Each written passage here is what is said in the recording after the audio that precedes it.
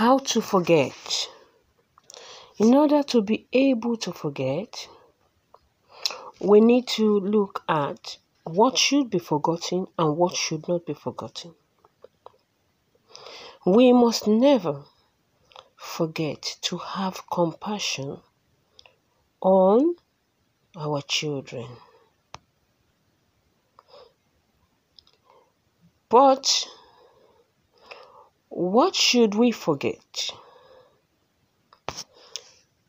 We must forget the evil that has been done to us. According to Genesis 25:45, how do we forget the evil that has been done to us? Our anger must turn away from that evil.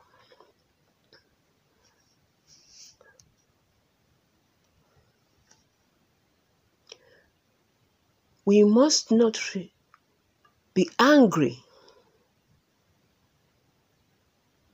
with the person that has hurt us.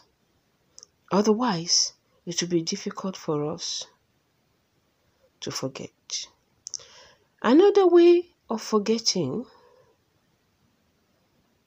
the evil that has been done to us and of forgetting our problems is when God does it for us.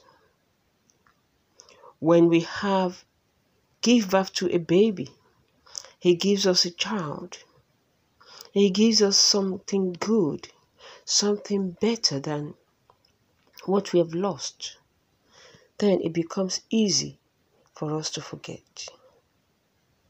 For example, Joseph, after he was given that firstborn Manasseh, he forgot all his problems that he received in his father's house. How do we continue to remember and to not forget our duties as Christians? The way to do that, according to Deuteronomy chapter 4, verse 9, is to keep our soul, our emotions,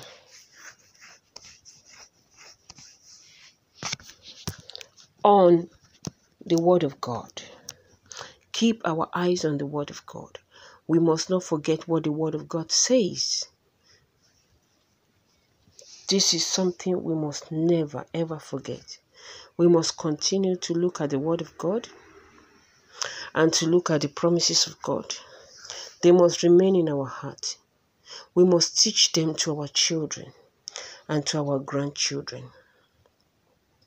We must remember, we must never forget the covenant of God. But we must always forget the pain that has been done to us.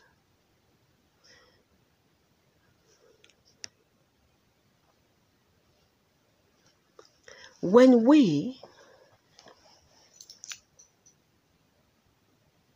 have images, make images, then this can make us to forget the covenant of God.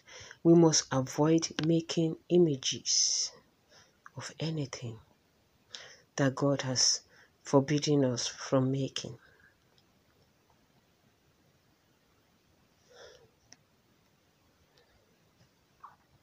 We must always remember where the Lord brought us out from, how He brought us out from sorrow and pain. Any sorrow that is still left in us, we must not be angry. We must not be bitter, and then we'll be able to forget it.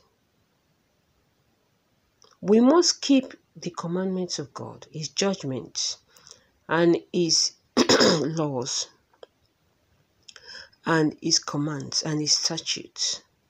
That way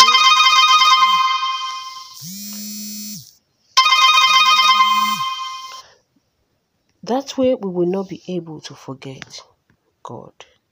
Peace be unto us all. Amen.